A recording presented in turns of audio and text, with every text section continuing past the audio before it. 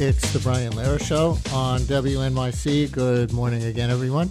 Now we continue our WNYC Centennial Series, 100 Years of 100 Things. We're up to thing number 59, and it's kind of a twofer for these polarized times. And with Inauguration Day coming up, it's 100 years of inaugural addresses and 100 years of partisan politics. We're doing it this way because our friend Julian Zelizer, the Princeton history professor, has a new book called In Defense of Partisanship. That's right, In Defense of Partisanship, though he has a certain kind of partisanship in mind. So let's jump right in. More fully, Julian Zelizer is a historian at Princeton University, a CNN political analyst, and NPR contributor, and best-selling author and editor of 25 books on American politics. Again, his new one is called In Defense of Partisanship. Professor Zelizer, we always learn things when you come on. Welcome back to WNYC. Thank you. It's always nice to be back. And people may be surprised to learn that your book opens not with a quote from George Washington or James Madison or someone like that, but from Larry David on Curb Your Enthusiasm. And I pulled the clip. Larry is about to have an extramarital affair with the actress Katie Huffman. They're making out in her dressing room, and then Larry notices something and asks, "What's that? What? Is that Bush?"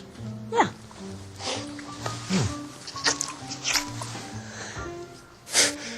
You got a picture of Bush in your dressing room? Yeah.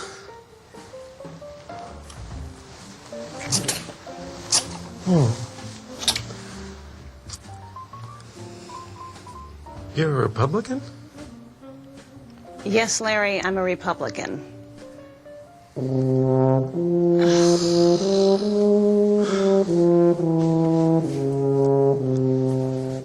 and the tuba signifies that Larry is turned off and the lovemaking does not proceed. Julian, why'd you start the book with that? Because I think that scene in my mind always captures just how much people dislike partisanship and think of it as only a negative thing. And that's a great joke where it even affects intimate relations. And that reflects all the polls that people don't want their kids to marry someone from the other party. And the book is an attempt to kind of recapture what parties have been able to do well, what partisanship has offered American democracy, and to try to outline a kind of partisanship that doesn't reflect the total disgust that often comes as expressed in a scene like that. Part of your premise, then, is that there was a form of responsible partisanship or even bipartisanship, and you'll tell me if you think those things are different, that people look back nostalgically on that spanned from the 1930s through the 1950s, or depending on what you're looking at, through the 1980s. So there's a lot of our 100-year timeline baked in right there. Can you describe that idea, responsible partisanship? Is it the same as bipartisanship? And explain how you believe it was practiced 60 to 90 years ago. Yeah, I mean, there's two different versions. In the 1950s, a lot of liberals were frustrated with bipartisanship. They said bipartisan deals and agreements in closed, smoke-filled rooms in the 1950s and 60s, where Southern Democrats and Republicans were basically aligned. It stopped progress in all the big issues of the day, and that the party leaders were too beholden to these bipartisan cabals on Capitol Hill. And so then responsible partisanship meant party leaders who actually listened to a majority of the party leaders who enforced discipline in the party and didn't allow these autonomous committee chairmen in Congress to basically do whatever they wanted on issues like civil rights. Fast forward to today, I think we have a different need. Responsible partisanship means strong parties where parties are united and disciplined, but they adhere to certain guardrails. They think, party leaders, about how to govern. They think about the health of democratic institutions, and they basically contain how far they're willing to go, even as they're having very tough fights against their opponents. And that's the kind of responsible partisanship I think we're in need of today. That will still reflect the differences of the country, which are very real in Washington. Right. And when you talk about the 1950s and some Democrats or some liberals or progressives of that era were frustrated by bipartisanship, maybe we should remember that today is Martin Luther King's 96th birthday, January 15th. The holiday is next week, but today is the actual birthday. And he was always frustrated by centrism with its lack of real forward motion towards civil rights, right? Oh, absolutely. I mean, if you look at most civil rights leaders in the 50s and 60s at the height of the movement, they were extraordinarily upset and frustrated and disappointed with the way in which the parties then often watered down the choices that voters make, that the Democrats in their mind wouldn't take a firm stand for civil rights, which they believe that a majority of the country would support. And for them, bipartisanship was something that had to be broken. The civil rights leaders like King wanted stronger parties that would stand for something and that would make sure the outliers in the party or fiefdoms of conservatism weren't allowed to rule the roost. And it's a very different era, although that's what I started my career studying. So today, when everyone's very nostalgic about bipartisanship, I instantly think about these Republicans and Southern Democrats who weren't exactly favored for that kind of politics many decades ago. Chapter 2 of your book is called How Did We Get Here? And now we'll go back even more than 100 years, as that chapter opens with Woodrow Wilson, before he was president, saying the U.S. needed strong, centralized parties like in England, he referenced England, to deal better with modernity. That was in the 1880s, you tell us. So what was happening in the United States in the 1880s that Woodrow Wilson thought the country was not at the time handling well? Well, we were dealing as a country with all kinds of big problems and challenges: industrialization, urbanization, immigration. All these issues were creating immense pressures on cities and even rural areas. And there was a sense among some thinkers and political leaders that the government was not being responsive enough to these challenges. And part of the problem was our political system so disjointed, and there's so many different levels and layers of power. Something had to hold it all together. And even within a party, people were doing very different things. It was so divided. And so for Woodrow Wilson, he was one of the kind of prime thinkers on this. He looked to England and he argued we need a parliamentary system, which meant coherent parties where the president and the party on Capitol Hill worked in unison and were able to push through programmatic agendas and pass them that deal with all these kinds of issues. And so he spent a lot of his career, frankly, working on this, and even as president tried to implement it by working with the Democrats on the Hill very closely. Extolling the virtues of strong parties was quite the opposite, though, of what Washington or Madison would have said at the founding. It's true. I mean, the founders didn't like parties, didn't want parties. They feared faction and division, and were very worried about one party being dominant over the other. But the thing is, it didn't last very long. I mean, they create a constitution, and a lot of the constitution's designed to break up parties, but we have political parties right away. And they reflect differences in the country. Somehow they have to be expressed, and parties and a two-party system have become the way in which we do that. So if the country adopted Wilsonian partisanship to any degree, did it have good or bad or mixed results? It had, well, we don't get a parliamentary system, and Wilson himself moves toward an idea of party where the president is the party leader, which for much of the 20th century is how reformers think of it. I think it's not really something that takes hold. Wilson tries it, but the story of the 20th century is the opposite. It's parties that are internally divided. It's political processes that make it hard for party leaders to act with a lot of force. And it's not until the 1970s, especially in Congress, that you actually start to see a strong centralized party system take hold, where the party leaders have a lot of procedural, financial, and cultural capital in the House and Senate to kind of move their caucus in one direction or the other. And how have the results been? It depends who you ask. But I do think parties have shown the ability to kind of express the differences in politics and fight them out. And when one party is strong and one party has power, even though the moments are brief, they often can pass huge agendas that normally we just don't see getting done.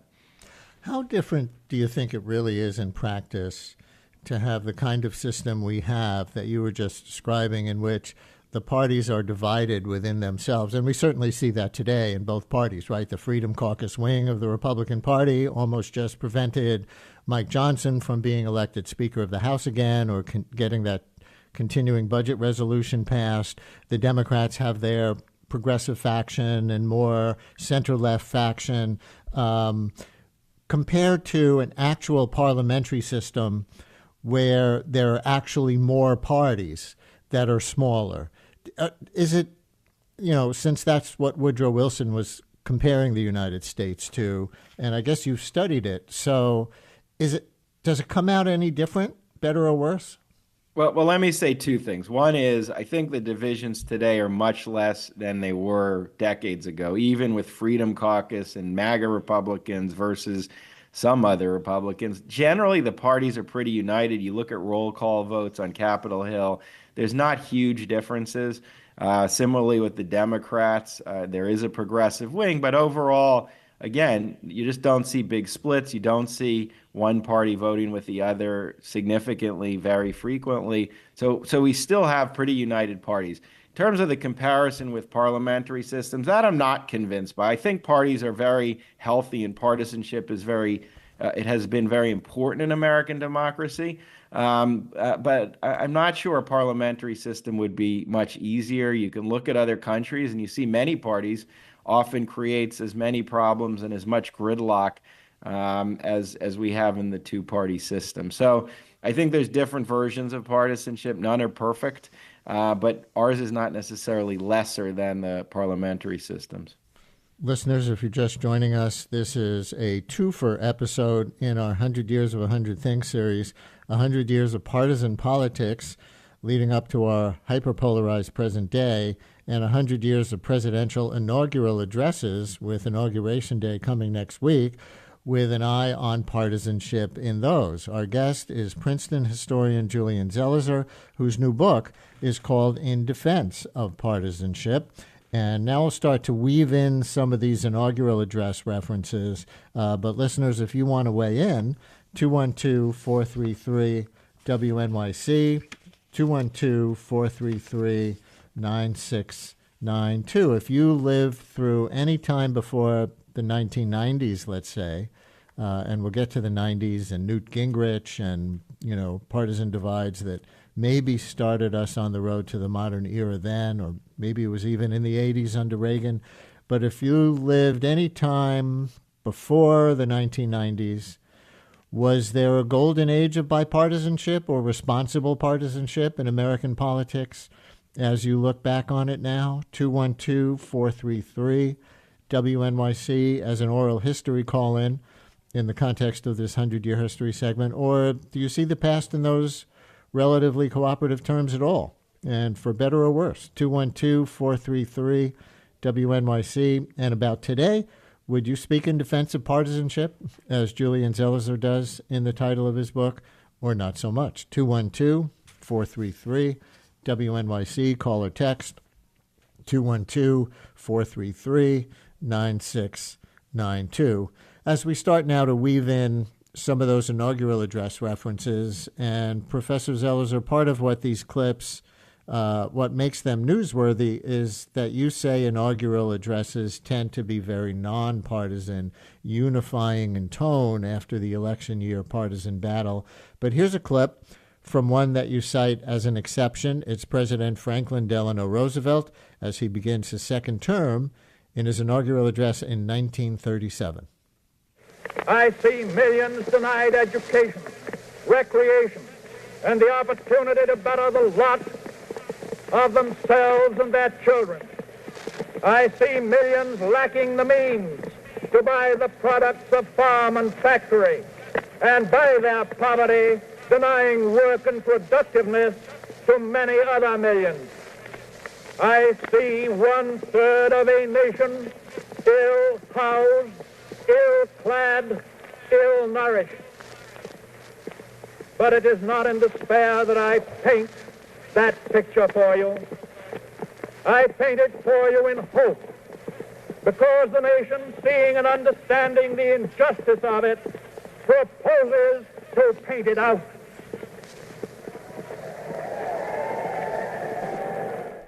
FDR in 1937, and I don't know if that's the exact stretch that you had in mind, but Professor Zelizer, why'd you single out that inaugural address as especially partisan?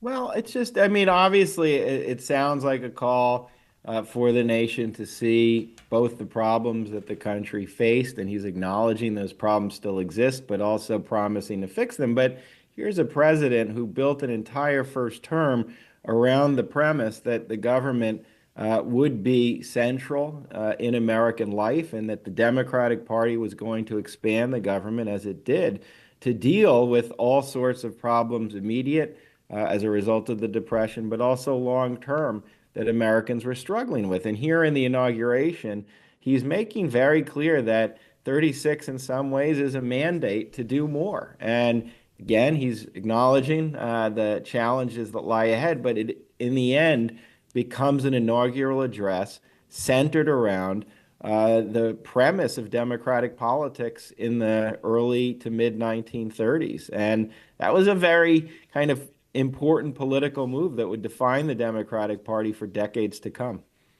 Next one that you cited, and we'll jump ahead to 1965 from FDR to LBJ, President Lyndon Baines Johnson, after his landslide victory over Republican Barry Goldwater.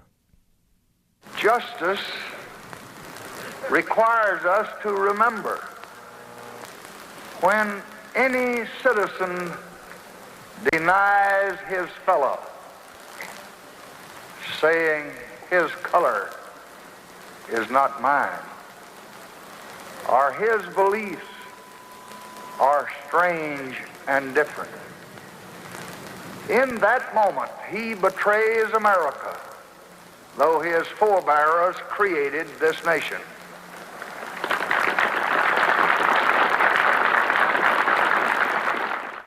Again, I don't know if that's the exact stretch you had in mind, but why'd you single out President Johnson's speech there as especially partisan?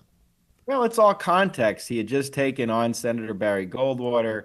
Johnson ran his reelection, really embracing liberalism and what he had done for civil rights and his promise to pass policies such as Medicare. And he had really gone after right-wing conservatism and argued that it was misguided. He's really finding himself in tension with some Southern Democrats as well, who are the principal roadblock to further civil rights legislation. And here is a inaugural address where he stands proudly for a liberal philosophy. And in that inaugural address, he'll actually root his vision in the founding, in an American covenant, he argues, that supports what he's doing. And so if you're living and listening to this after this election where Johnson decimated Goldwater, where it looked like what was right-wing conservatism at the time, including opposition to civil rights, was really on the defense finally, here's an inauguration speech that is full of political fire and making clear Johnson gets the mandate of the election. Johnson understands the message, and I think suggests this is not over. He is going for much bolder legislation in the years ahead. That's how I hear the speech, even if, again, it's not explicit in talking about democratic politics. Listener writes in a text, I grew up in the 60s and 70s. What I don't remember is a party that's based around denial of reality and embracing outright lies the way MAGA does. Another listener with an oral history text writes, I'm a 65-year-old white woman. It was less partisan in the past because both sides were almost 100% white men. They could agree to compromise because ultimately they were never going to be adversely affected personally by any of the decisions they made, regardless of party, writes that listener. And also kind of on this track, or maybe with a different conclusion, is Desiree in Park Slope. Desiree, you're on WNYC. Thank you for calling in. Good morning, Brian, and to your guest. I'm sorry, I've forgotten your name. So I wanted to piggyback, I'll just say it on for that. everybody. Princeton history professor Yes. Julian Zelizer. Go ahead, Desiree. Hello, Professor Zelizer. Hi there, how are you? I wanted to piggyback actually on one of the texts that you just read about it being all white men, or at the very least, all white, probably wealthy men in the past, or at least men of a certain status. I had 3 points. The first is partisanship is how the minorities get heard. And if we did not have a Democratic Party and a Republican Party, or at very least a progressive party and a conservative party, a lot of the progressive changes that have happened in the United States would not have happened. Suffrage, civil rights movement, gay rights movement, etc.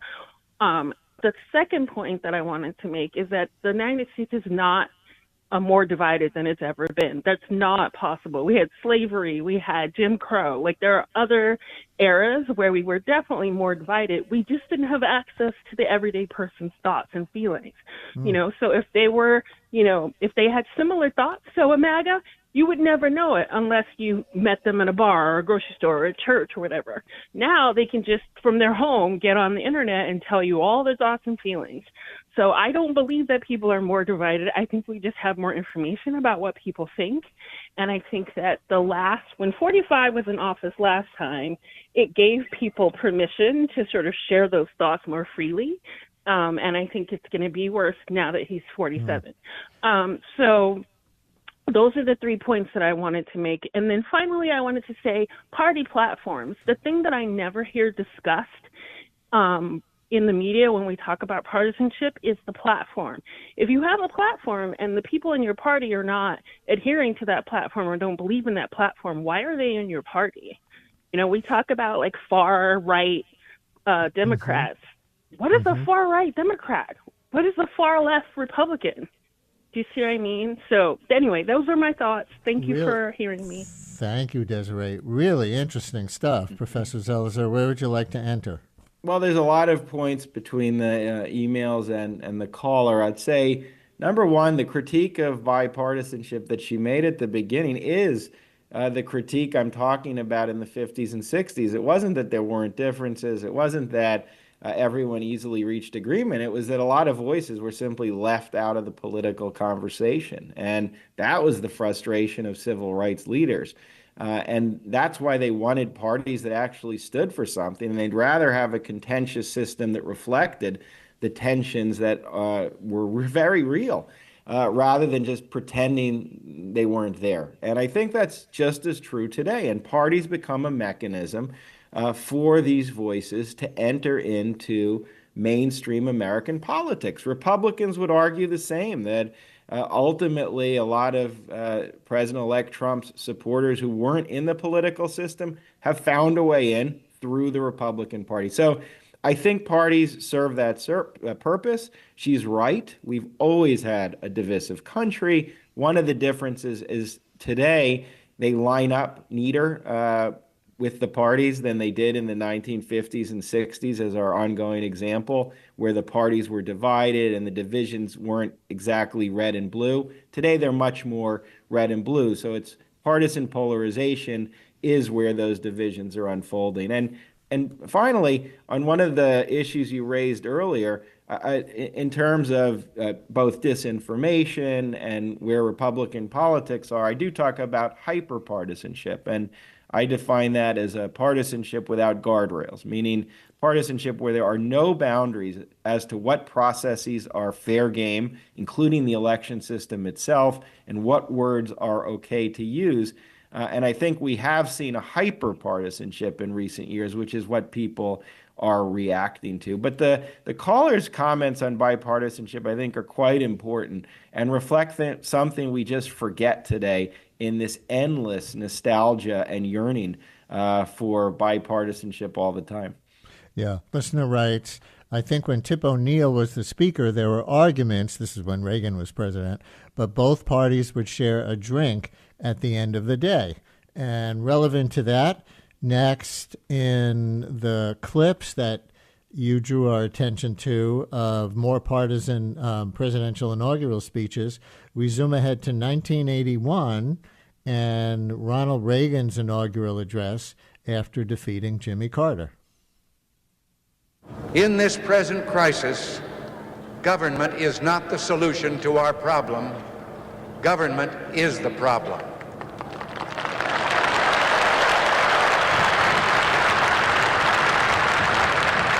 From time to time, we've been tempted to believe that society has become too complex to be managed by self-rule, that government by an elite group is superior to government for, by, and of the people.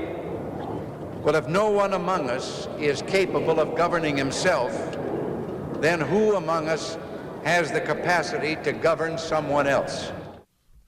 So why'd you cite Reagan's first inaugural as especially partisan in your eyes? Well, I mean, in the same way that LBJ in 64 is defending what the Democratic Party had come to embrace, a lot of it, not the Southerners, but the Northerners, including his administration, was this defense of government, a belief in the role of government in ameliorating social problems, building on FDR in 36.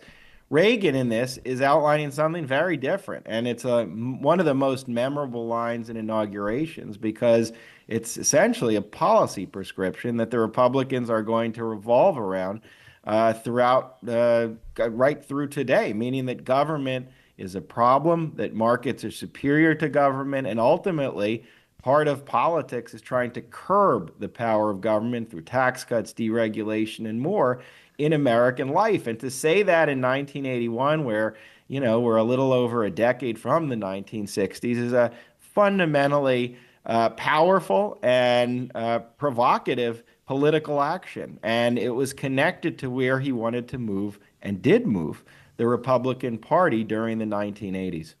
You know, based on these clips that you drew our attention to, spanning the 1930s to the 1980s, and thinking also about today, have we been having basically the same central debate in American politics, at least on domestic issues, for 100 years over the role of government in trying to bring about less inequality versus the sanctity of individualism and dismissing the structural underpinnings of inequality?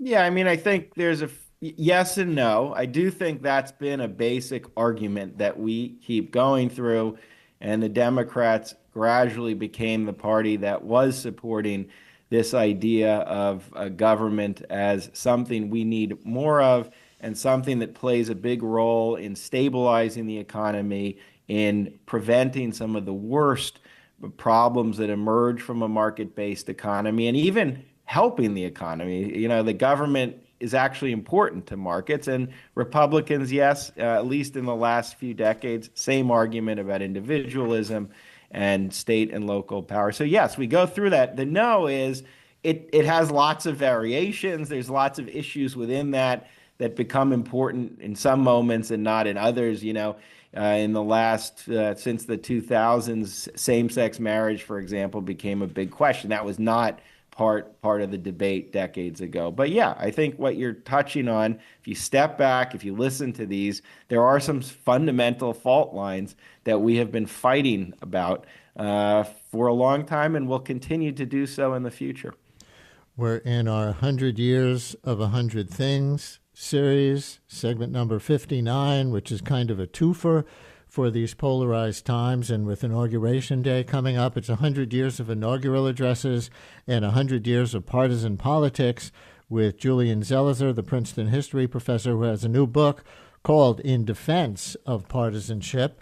And as we continue to move toward the present, when we come back from a break, looks like James in Sunnyside has an interesting call about the 90s as pivotal in this regard. So, James, you're up next, right after this. Brian Lehrer on WNYC as we continue with 100 years of inaugural addresses and 100 years of partisan politics with Julian Zelizer, Princeton historian and author of the new book In Defense of Partisanship. And James in Sunnyside, you're on WNYC. Hi, James. Hey there. How's it going? My point was about Newt Gingrich, and I felt like in the 90s, Newt Gingrich was the singular person in 100 years that changed American politics with the most impact. And he brought the idea that there was like a no-go negotiation. There was either all or nothing on every item.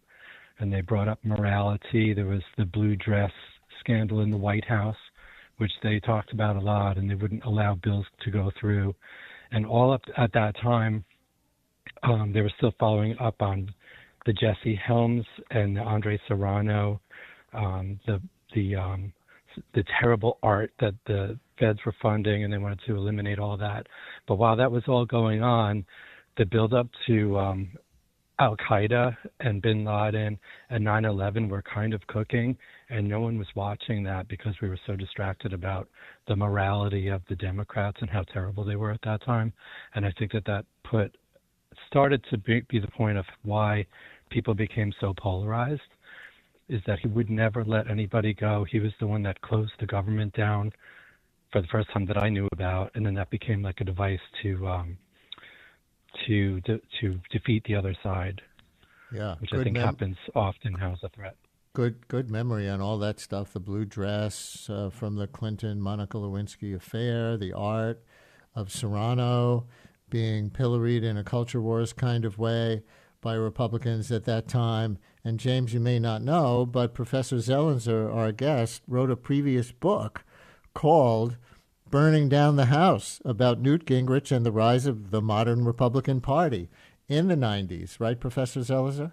That is true. And I try to outline the impact that Gingrich had in the 80s already, before he becomes speaker, and then when he becomes speaker, at being one of the real pioneers, not the only, but certainly one of the key leaders in what I've called today hyper-partisanship, what I talk about in the new book. And I think he's the beginning of a trajectory from the 1980s and 90s where that's when procedures, basic procedures, routine parts of government become subject to partisan battle, such as funding the government. And Gingrich also introduces the idea of a say-anything style, where you don't have to worry really about eroding relations on Capitol Hill or in Washington. And then you go to the Tea Party in the 2000s and 10s, which take things even further, and it culminates with Trump. And if you see a line connecting Newt Gingrich in the 80s to Trump in his first term right through today, you see just how a Republican Party really radicalized, changed dramatically, and changed the meaning of what partisanship was in the United States by creating such an extreme and, I would argue, destabilizing version of it. So yes, the 80s and 90s are very important understanding the roots and foundations of today. Although I think Mike in Jersey City remembers the 80s and 90s a little more positively than the last caller. Mike, you're on WNYC. Hi there. Oh, thanks, Brian. Not to start off on a really negative note, but, guys, I'm 66 years old. I remember these times quite clearly, okay? And it's like the call letters on WNYC should be changed to W1984.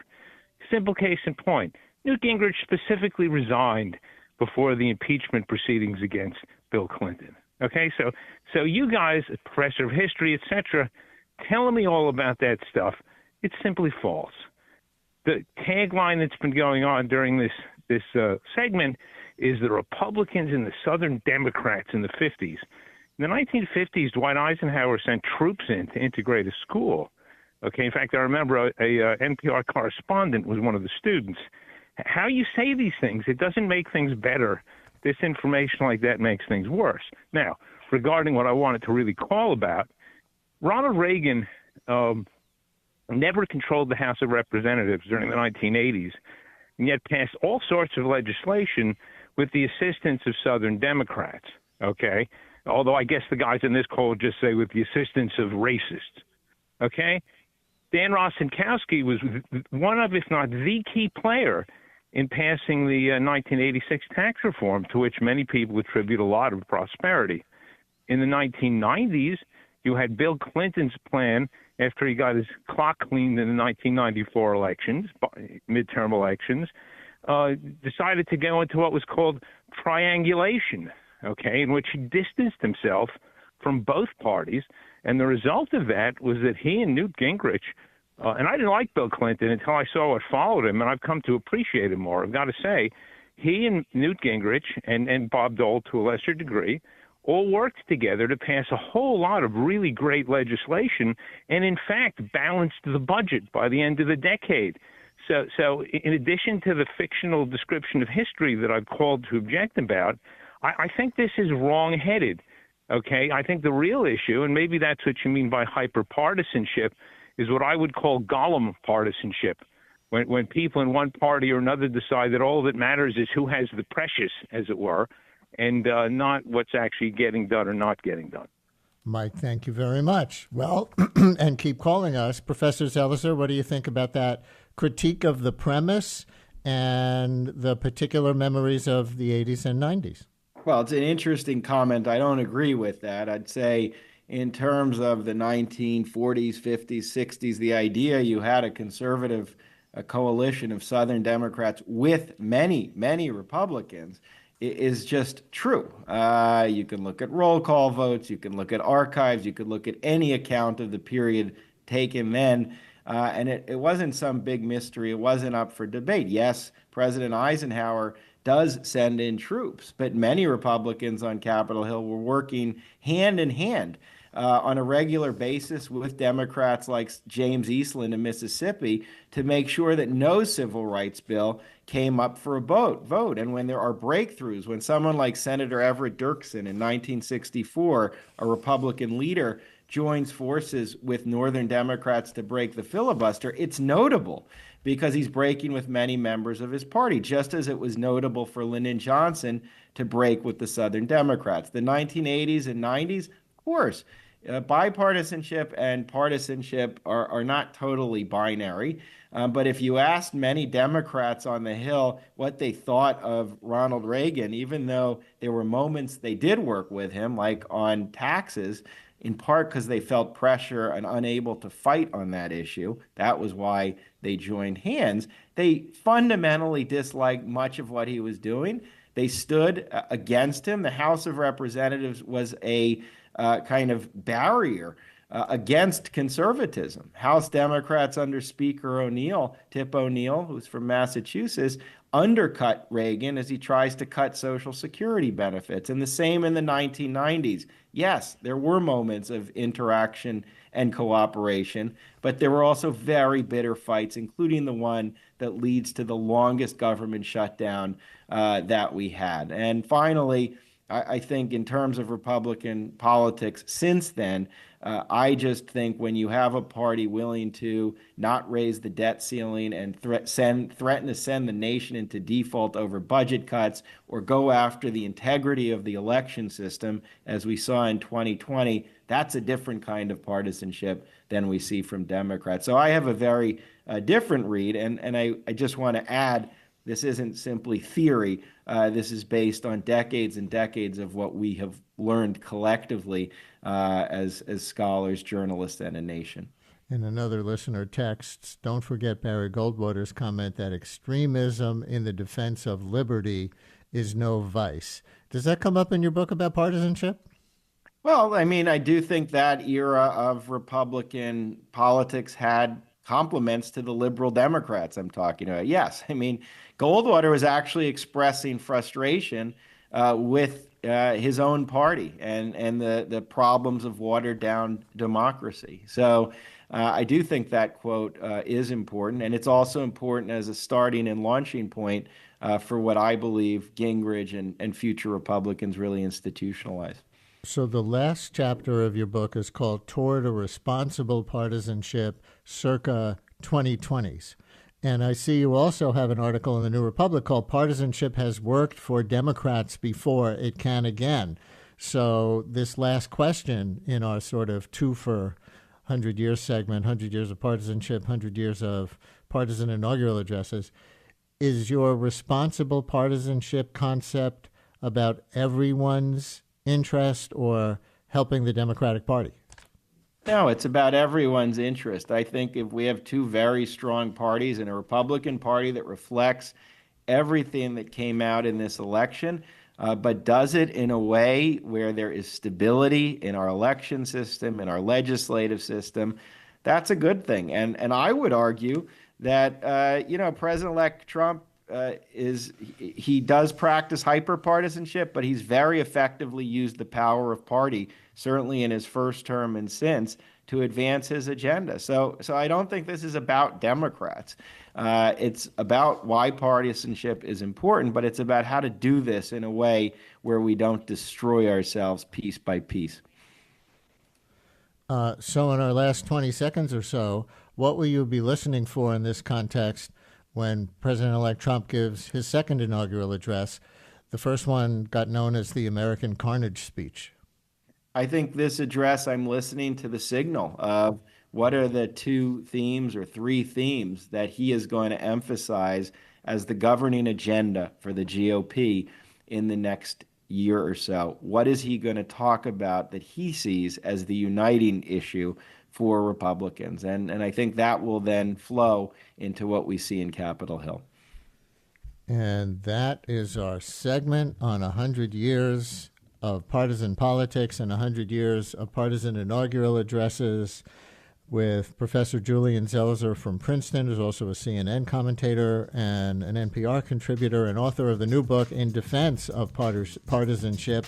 And if you want to see Professor Zelizer in person, next Wednesday evening, January 22nd, from 6:30 to 7:30, he'll be in conversation at the New York Historical Society with Margaret Hoover of PBS's Firing Line. See the New York Historical Society's website for tickets. That is a ticketed event.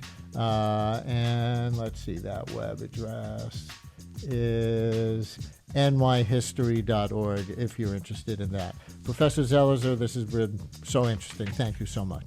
Thanks for having me. Bye-bye. Brian Lehrer on WNYC. Thanks for listening today. Stay tuned for Allison.